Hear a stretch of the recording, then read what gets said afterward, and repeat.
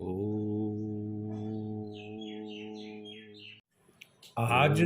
मैं आपको द्रेसकाण कुंडली बनाने की गणितीय विधि बताऊंगा। आप सोचेंगे कि ये क्यों लिखा गणितीय विधि? इसलिए लिखा कि वर्तमान में जो ज्योतिष के सॉफ्टवेयर चल रहे हैं, आप उसमें द्रेसकाण कुंडली बनी बनाई देख सकते हैं। आप खुद मेहनत करके कि वह कुंडली कैसे बनी होगी कोशिश नहीं करते हैं।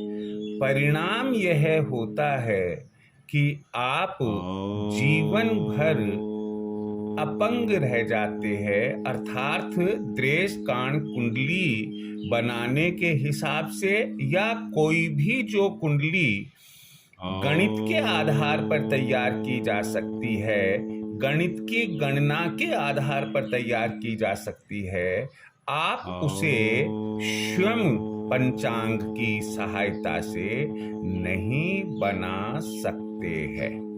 मैं आपको यही सलाह दूंगा कि अगर आप थोड़ा सा भी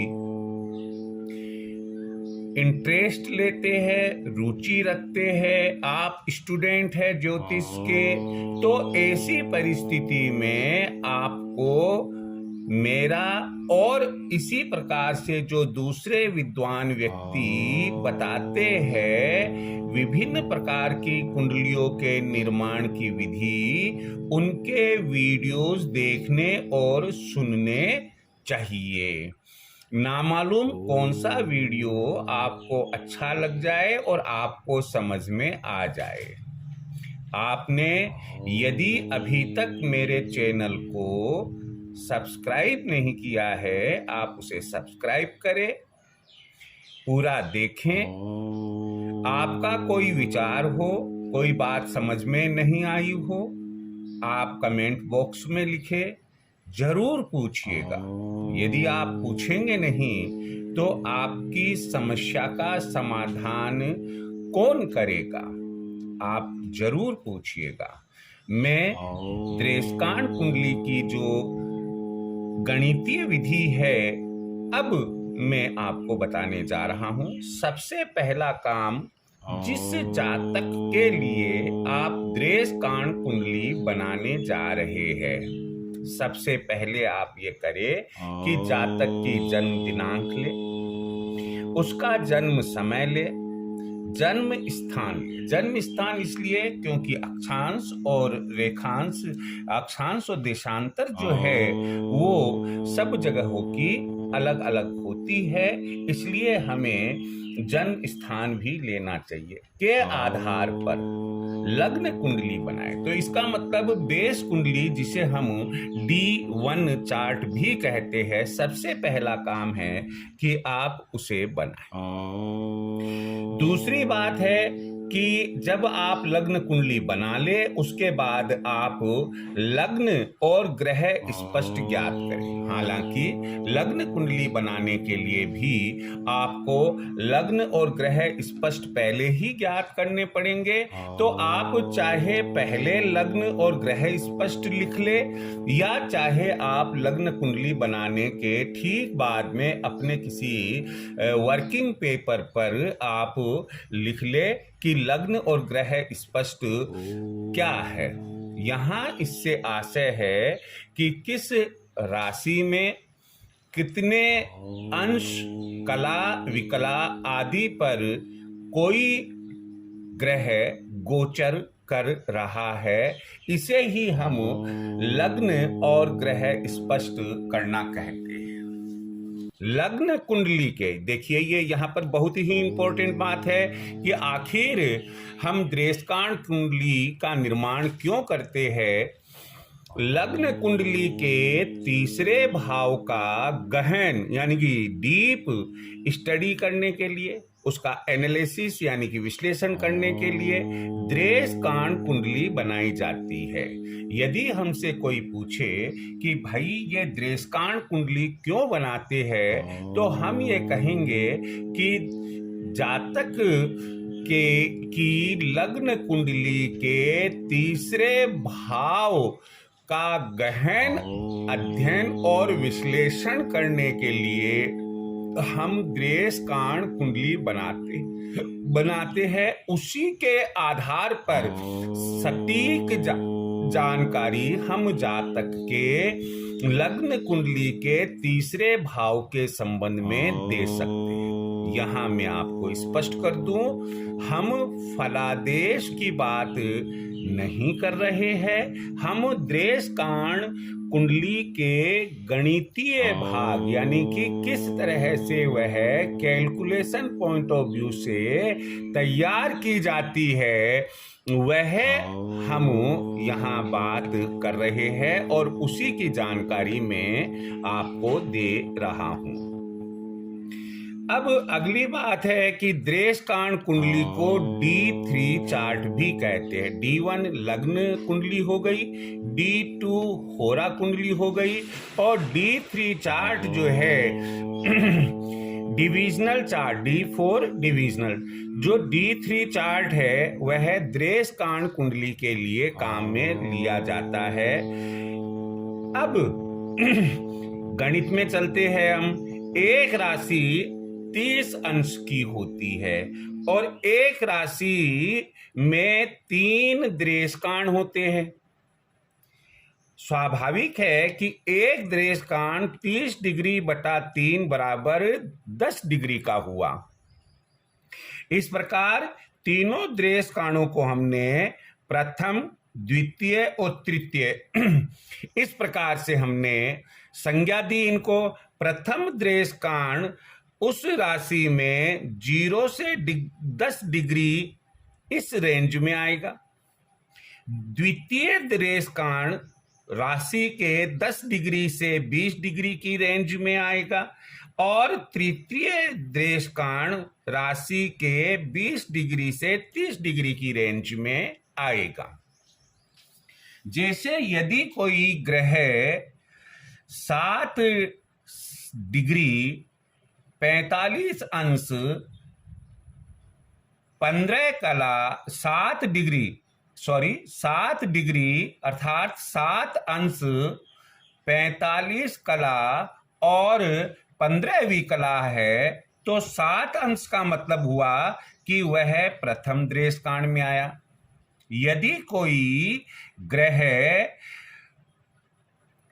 12 अंश 20 कला और 10वीं कला पर है, तो 12 यह 10 डिग्री से 20 डिग्री के मध्य आया, तो हम कहेंगे वह द्वितीय दृश कांड है। और इसी प्रकार से तृतीय दृश कांड हम ज्ञात करेंगे। इसके बाद हम चलते हैं आगे कि लग्न और ग्रहों की राशि अंश, कला, विकला आदि के आधार पर उनकी दृश कांड कुंडली में स्थिति ज्ञात की जाती है। अर्थात कोई लग्न किस राशि का होगा, सूर्य, चंद्र, मंगल, इसी क्रम में राहु, केतु कौन कौन सी राशियों में दृश कांड कुंडली में आएंगे, इसका निर्धारण हम किससे करेंगे कि लग्न और ग्रहों की राशि, अंश, कला, विकला आदि के आधार पर उनकी दृश कांड कुंडली में स्थिति ज्ञात की जाती है। लग्न और ग्रह स्पष्ट के आधार पर यदि वह प्रथम दृश कांड में आता है, तो लग्न कुंडली में जिस राशि में स्थित है वह उसी राशि में दृश कांड कुंडली में भी दिखाया जाएगा। यह बात आपको मैं लग्न और जो 9 ग्रह है उनकी बात कर रहा हूँ कि जो हमें लग्न स्पष्ट में संकेत मिलता है कि किस राशि, अंश, कला, विकला आदि पर वह स्थित है, उसको ध्यान में रखते हुए ही हम यह निर्धारित करेंगे कि दृश कांड कुंडली में उस लग्न को या उस ग्रह को किस राशि में दिखाया जाए। सबसे पहले तो हम लग्न लिखकर ही दृश कांड कुंडली का जो फॉर्मेट है वह तैयार करेंगे। उसके बाद ही अन्य ग्रहों को स्थित करेंगे। अगला बिंदु है कि यदि सेकंड दृश कांड में लग्न या कोई भी ग्रह आता है तो लग्न कुंडली में जिस राशि में वह स्थित है उससे पांचवी राशि में दृश कांड कुंडली में उसे दिखाया जाएगा। जैसे मान लो मेष राशि में स्थित है और सेकंड दृश कांड बन रहा है तो मेष, वृषभ, मिथुन, कर्क और सिंह यानी कि जो सेकंड दृश कांड है वह पांचवी राशि में जाएगा। तो हम उस लग्न या उस ग्रह को हम सिंह राशि में दिखाएंगे। किस कुंडली में? दृश कांड कुंडली में। यदि ग्रह स्पष्ट और लग्न स्पष्ट के आधार पर कोई ग्रह या लग्न की स्थिति तीसरे दृश कांड यानी कि 20 डिग्री से 30 डिग्री में आ रही है तो लग्न कुंडली में जिस राशि में स्थित है उससे नवी राशि में दृश कांड कुंडली में उसे दिखाया जाएगा। जैसे मान लो सूर्य दूसरी राशि में लग्न में है, लग्न कुंडली में, और उसकी स्थिति के आधार पर वह उसका तीसरा दृश कांड बन रहा है तो दूसरी राशि से नौवीं राशि हम लेंगे। 2, 3, 4, 5, 6, 7, 8, 9 और 10 यानी कि 10वीं राशि में दृश कांड कुंडली में उसे दिखाया जाएगा। जैसा कि हम जानते हैं 10वीं राशि मकर राशि होती है तो मकर राशि में सूर्य दृश कांड कुंडली में दिखाया जाएगा। हम यदि केवल एक लेक्चर देखते हैं, लेक्चर सुनते हैं तो उससे जो समझ में आता है उसे मजबूत करने के लिए, स्ट्रॉन्ग करने के लिए, पक्का करने के लिए हमें कैलकुलेशन करके देखना चाहिए। अर्थात यहाँ पर भी हमें दृश कांड कुंडली बनाकर देखनी चाहिए। अब अगर हम दृश कांड कुंडली बनाना चाहते हैं तो हमें कोई ना कोई तो किसी न किसी जातक के जन्म समय, जन्म स्थान, जन्म दिनांक की जानकारी होनी चाहिए। तो एक उदाहरण मैंने यहाँ लिया है कि एक बच्चे का जन्म दिनांक 6/7/2022 को प्रातः 8:02 AM पर अजमेर राजस्थान में हुआ।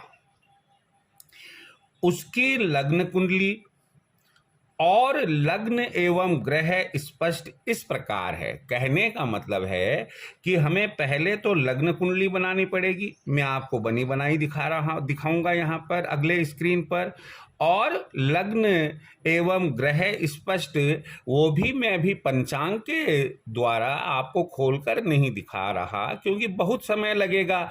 वो तो जब फिजिकल क्लास लगती है, आप और हम रूबरू होते हैं, उस समय आप ही के हाथों से यह मालूम करता मैं कि बताओ लग्न कुंडली तो क्या बनेगी और लग्न और ग्रह स्पष्ट क्या है, आप देखकर बताइएगा।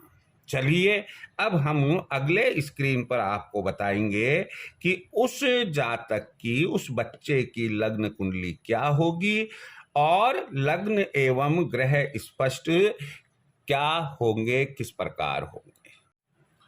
उस बच्चे की लग्न कुंडली इस प्रकार होगी।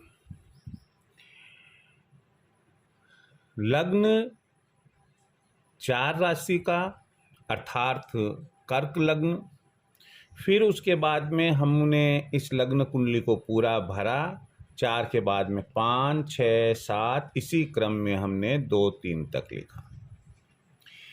इसमें लग्न कुंडली में जो ग्रह है, चंद्रमा कहाँ है, सूर्य कहाँ है, बुध कहाँ है, गुरु कहाँ है, शनि कहाँ है, केतु राहु कहाँ है, शुक्र कहाँ है, ये सब चीज़ हमने पहले से आपको तैयार करके दी हुई है।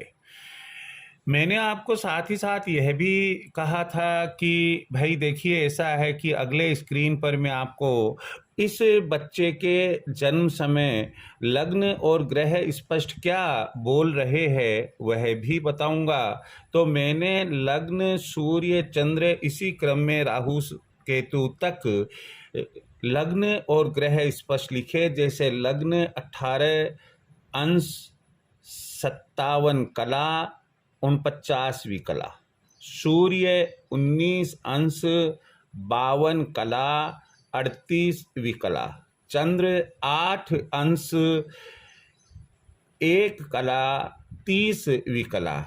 इसी प्रकार हम क्रम से चलते चले जाएंगे। ये आपके सामने चार्ट बना हुआ है, चार्ट का हेडिंग आपने लगाया लग्न और ग्रह स्पष्ट, खाने 3 बनाए, अंश, कला, विकला, और 1/4 खाना जो प्रथम खाना था वो लग्न और ग्रह का था। अब हमें ये जो लग्न और ग्रह स्पष्ट है और लग्न कुंडली है, इसकी सहायता से हमें दृश्य कांड कुंडली बनानी है, तैयार करनी है। हमें बड़े ही ध्यान से इसे समझना चाहिए, क्योंकि कई बार अच्छे अच्छे विद्वानों से भी दृश्य कांड हो या अन्य कोई भी डी चार्ट बनाया जाए, D4, D5 कोई भी बनाया जाता है, गलती की गुंजाइश वहाँ रह जाती है। क्योंकि इसमें एकाग्र होना, कंसंट्रेट होना और कैलकुलेशन की एक्यूरेसी रहना, यानी कि शुद्धता का होना, यह दोनों ही बहुत जरूरी है। ना केवल यही बल्कि हमें रूल्स भी इसके जानकारी में होने चाहिए। सबसे पहले हम दृश्य कांड कुंडली में लग्न कहाँ लिखा जाएगा, कौन सा होगा लग्न, यह देखेंगे। हमने देखा कि लग्न जो है वह उस समय 18 डिग्री यानी कि अंश 57 कला और 49वीं कला बता रहा है इसका मान।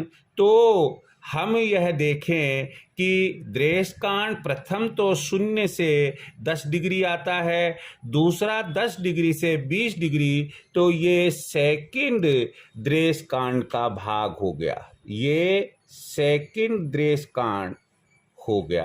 तो सेकंड दृश्यकांड का मतलब हुआ कि जिस राशि में लग्न कुंडली में लग्न है उससे 5वीं राशि, तो राशि कौन सी है, 4 है, कर्क राशि है, तो 4, 5, 6, 7, 8, 5वीं राशि 8 होगी। तो लग्न जो बनेगा वह 8 राशि अर्थात वृश्चिक लग्न दृश्यकांड कुंडली का होगा। ये हमने यहाँ 8 लिखा, फिर इस फॉर्मेट को पूरा करेंगे राशि के हिसाब से। 8 के बाद में 9, 10, 11, 12, 1, 2, 3, 4, 5, 6 और ये 7 एंटी क्लॉकवाइज ये नंबर लिखे जाते हैं। लग्न लिखने के बाद में पहला जो ग्रह स्पष्ट हमें दिया हुआ है, इसका मान जो दिया हुआ है वो 19 डिग्री और 52 कला 38वीं कला है। यह भी 10 to 20 डिग्री यानी कि सेकंड द्रेस कांड में आएगा।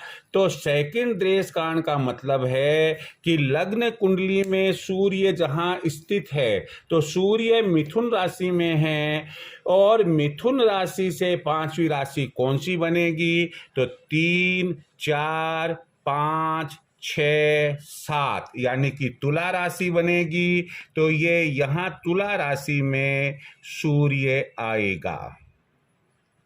फिर हमने देखा कि चंद्र जो है, चंद्र स्पष्ट में 8 डिग्री 1 कला 30वीं कला आ रहा है। यह फर्स्ट द्रेस कांड यानी कि 0 से 10 डिग्री में है, इसलिए हम यहाँ कहेंगे कि यह द्रेसकांड कुंडली में फर्स्ट द्रेसकांड यानी कि लग्न कुंडली में जिस राशि में स्थित है चंद्रमा, उसी राशि में द्रेसकांड कुंडली में भी होगा। और हमने देखा कि लग्न कुंडली में यह कन्या राशि यानी कि 6ठी राशि में है, तो चंद्रमा 6ठी राशि में ही लिखा जाएगा द्रेसकांड कुंडली में भी।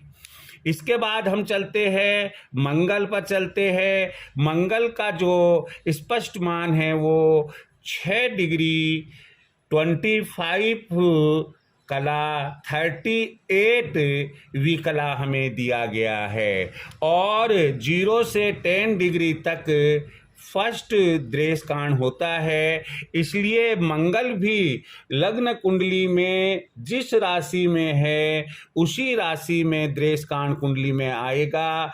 मेष राशि में मंगल है, तो मेष राशि में ही मंगल लिखा जाएगा द्रेसकांड कुंडली में। मेष राशि में ही मंगल लिखा जाएगा। फिर हम बुध पर चलते हैं। बुध की जो ग्रह स्थिति है वह 7 अंश 29 कला 29 कला 42वीं कला है और यह भी फर्स्ट द्रेसकांड में आता है आएगा। तो इस तरह से लग्न कुंडली में बुध जहां है जिस राशि में है उसी राशि में लिखा जाएगा। और बुध मिथुन राशि में राशि संख्या 3 में है, तो यहाँ भी हम राशि संख्या 3 में ही बुध लिखेंगे। ये बुध हो गया।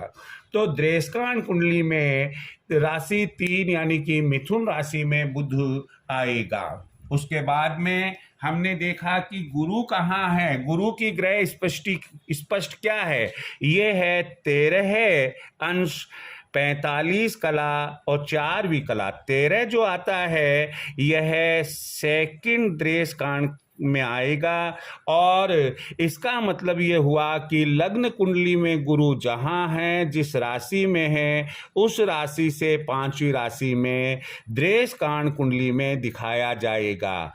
लग्न में हमने देखा कि मीन राशि में गुरु है, तो मीन राशि से 12 1 2 3 4 यानी कि कर्क राशि में गुरु द्रेसकांड कुंडली में दिखाया जाएगा और ये हमने लिखा गुरु।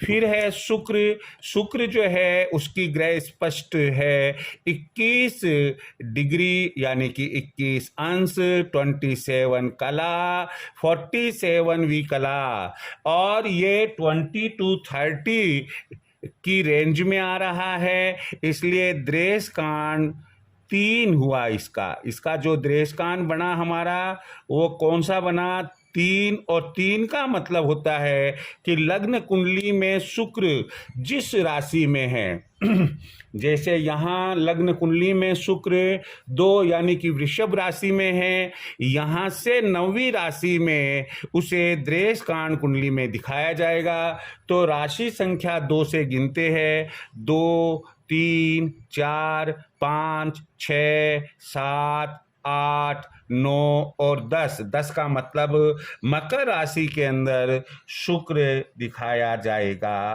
कहाँ? दृष्टकांड कुंडली में। इसके बाद शनि की स्थिति देखते हैं।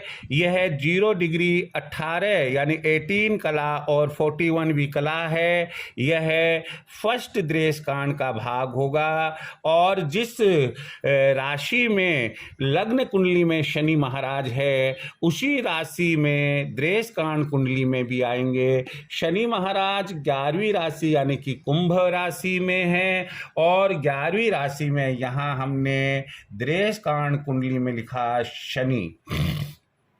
इस तरह से फिर उसके बाद में हमने देखा राहु 25 डिग्री 30 कला और 10 विकला है। यह 20 से 30 में आने के कारण ये तीसरे दृष्टकांड में आएगा। तो जिस राशि में राहु है उससे 9वीं राशि ली जाएगी। राशि संख्या 1 में है तो 1, 2, 3, 4, 5, 6, 7, 8, 9। 9 का मतलब ये हुआ कि यह धनु राशि में दृष्टकांड कुंडली में राहु दिखाया जाएगा। केतु 25 डिग्री 30 कला और 10 विकला है, तो यह भी तीसरे दृष्टकांड में आया। और तीसरा जो दृष्टकांड है इसका मतलब हुआ कि लग्न कुंडली में केतु जहाँ है वहाँ से 9वीं राशि हम गिनेंगे। 9वीं राशि जैसे लग्न कुंडली में केतु 7 तुला राशि में है तो 7, 8, 9, 10, 11, 12, 1, 2 और 3 राशि अर्थात मिथुन में यह केतु आएगा। तो इस प्रकार से आपके पास में जो दृष्टकांड कुंडली बन गई है, और दृष्टकांड कुंडली में आपने देखा कि लग्न जो है वह राशि 8 यानी कि वृश्चिक राशि का है। राहु राशि 9 में बैठा हुआ है, राशि 10 में शुक्र है, और इसी क्रम में तुला राशि में सूर्य की स्थिति बन रही है। तो क्रमशः लग्न, फिर राहु, फिर शुक्र, फिर शनि, और 12वीं राशि खाली है। पहली राशि में मंगल है, दूसरी खाली है। तीसरी राशि यानी कि मिथुन राशि में केतु और बुध है। चौथी राशि के अंदर गुरु है। पांचवी राशि खाली है। छठी में चंद्र है और 7वीं में सूर्य है। इस प्रकार आपकी दृष्टकांड कुंडली यह तैयार हो गई है। अब आप इसका एनालिसिस लग्न कुंडली में लग्न की और ग्रहों की स्थिति क्या है, और दृष्टकांड कुंडली में लग्न और ग्रहों की स्थिति क्या है, दोनों को कंपेयर करके आप जो भी तुलना करना चाहे कर सकते हैं। दूसरी बात, मैंने आपको बतलाया कि लग्न कुंडली का जो तीसरा भाव है जिसमें कि चंद्रमा है कन्या राशि का, तीसरे भाव का गहन अध्ययन, डीप स्टडी करने के लिए, डीप एनालिसिस करने के लिए हम दृष्टकांड कुंडली बनाते हैं। अब आप इस तीसरे भाव, लग्न कुंडली से तीसरे भाव के बारे में फलादेश यदि देना चाहते हैं तो आप इसके साथ ज्यादा महत्व दृष्टकांड कुंडली को देंगे। बस शर्त यह है कि फलादेश के नियम भी आपको ध्यान में होने चाहिए, ताकि आपका फलादेश सटीक होगा, सही होगा। जय श्री कृष्ण।